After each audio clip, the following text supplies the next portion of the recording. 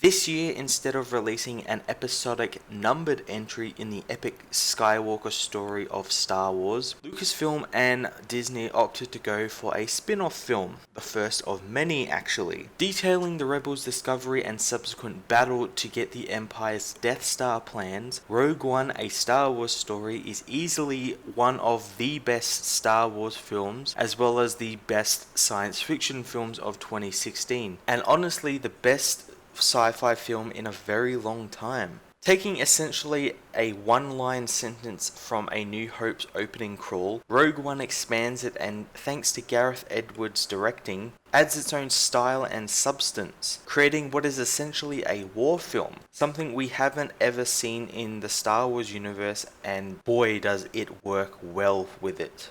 Before I get into it, there will obviously be big spoilers, so if you haven't seen it or don't want to be spoiled, head over to my non-spoiler review, which will have a link at the end of this video, and I'll put one in the description as well. So Rogue One is very much the story of the Erso family. Galen Erso, played by Mads Mikkelsen, is the engineer behind the Death Star super laser, and is forcefully taken back to the Empire by Orson Krennic, played brilliantly in here by Australian Ben Mendelsohn. After a rather tense opening scene which sees a young Jyn Erso being rescued by an aging Saw Gerrera, played by veteran actor Forrest Whitaker, the film time skips a number of years to show us a galaxy under the iron grip of the Empire, leading us to a rather brutal introduction to Cassian Andor, played by Diego Luna, as he receives information about Galen Erso before killing his informant in cold blood. Coming into the information that the Empire is building a world-killing weapon, Cassian frees Jyn from an Imperial captivity prison and uses her as a tool to find Saw Gerrera on Jedha, a historic Jedi pilgrimage that is being stripped clean of all its kyber crystals for use in the Death Star. It's here that most of the actual Rogue One team is found, with Chirrut and Baze being ex-pilgrims of the world of Jedha, as well as Bodhi being under the imprisonment of Saw, who is actually kind of a rebel, but he's like, even the rebels go like, he's too hardcore for us, and he really is. He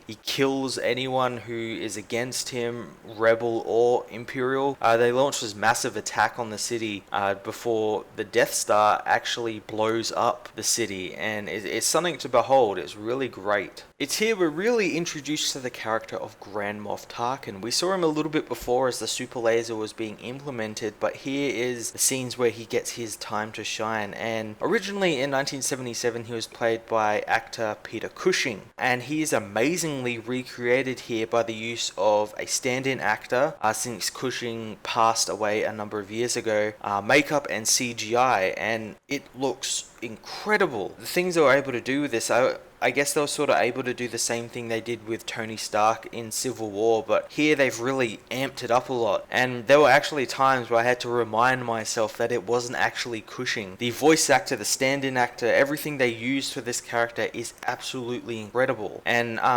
there were a couple of scenes here and there where he kind of like turns and you could tell it was CGI, but then it'd go straight back to like, holy crap, is that Peter Cushing or not? The movie then skips over to Iadu, where we find out that Galen is being held, and this is really the turning point of the film, and a lot happens on this planet. So Cassian's whole mission was to actually get Galen, but he's been told by some other high command in the Rebel Alliance to just kill Galen and stop him from developing the weapon, since they don't know how far away the weapon is, but they don't know that it's already actually been created. And it's something we've seen he can and will do, is just kill on command, and of course when he killed his informant, but it's something he starts doubting since he's had interactions and had a relationship form with Jyn. And I like that their relationship isn't a romantic one really, it's just something that's come about due to their professional natures and everything, and kind of that respect in each other. There's no real hint at them, getting together, since we kind of know the fate of them anyway. So unfortunately Galen is killed in the ensuing rebel attack, leading to a really kind of quiet moment during the battle between Jin and her father, which I thought was really great. I thought it was really nice. It's at this point we're also introduced to Darth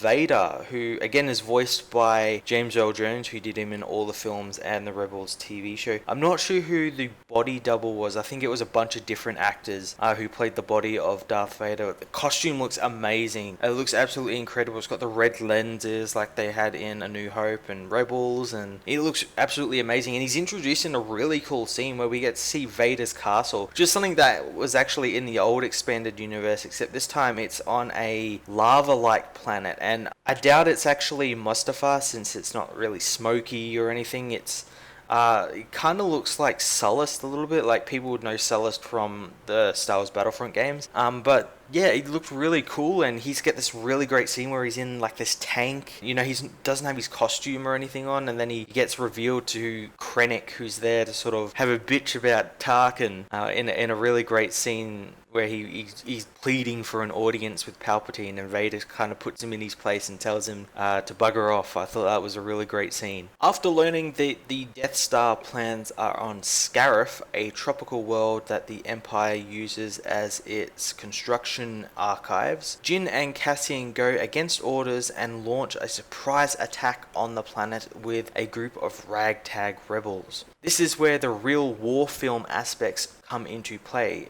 showcasing us the rebels diving into foxholes to get away from explosions and fighting stormtroopers on beachheads and everything. It's all very Saving Private Ryan-esque. As well as a land and planet battle, a space battle also takes place once the Rebel Alliance fleet arrives. This space battle is going to be really hard to top in future films, and the highlight being a Hammerhead cruiser, which is something that came from the old Republic side of the old canon and has now been recanonized in stuff like Rebels, is used to crash into a Star Destroyer, effectively acting as a battering ram to ram the Star Destroyer into another destroyer, destroying both in the process and making them crash down into the planetary shield. It's certainly something to see, and it looks absolutely incredible. ILM did a great job, and I believe Gareth did a great job as well, because I know he was really into all the special effects and everything in this film. Of course, this movie ends as most of us thought it would, with the whole team dying heroic deaths to ensure the Death Star plans are transmitted to the Rebel fleet. K2SO, played by Alan Tudyk, had a quite sad death.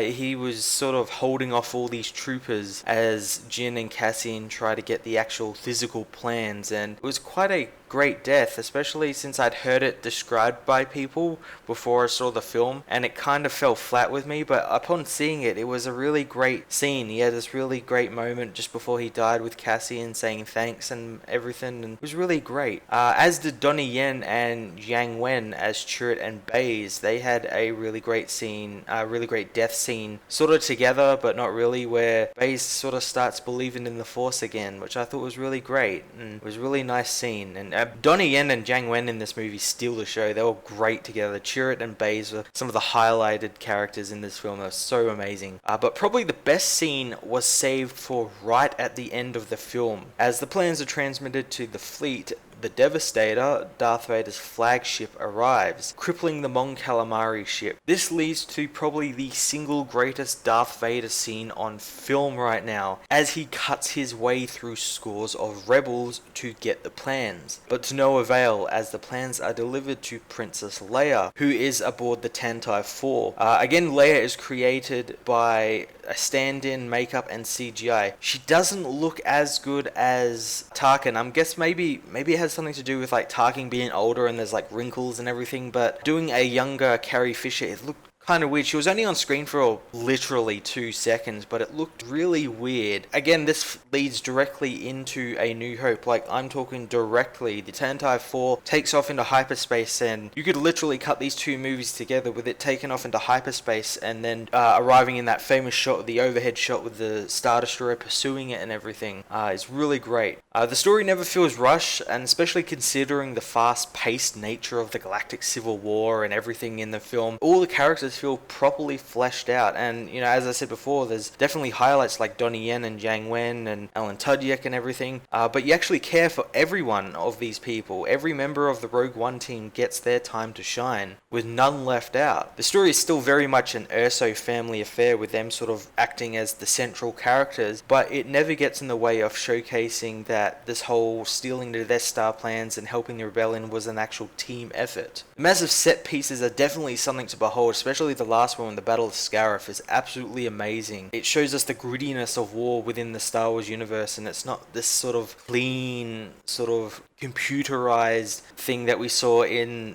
the prequels with the Clone Wars and everything. It is very much lived in, and something that was lacking in the prequels, but the original trilogy brought was that sort of grittiness. Everything sort of felt lived in and everything. Of course, I really hope we get to see these sorts of fights again in future films, maybe future spin-offs or episodic films. I think this movie is going to make a lot of people really, really happy, and I'm going to give Rogue One a 10 out of 10.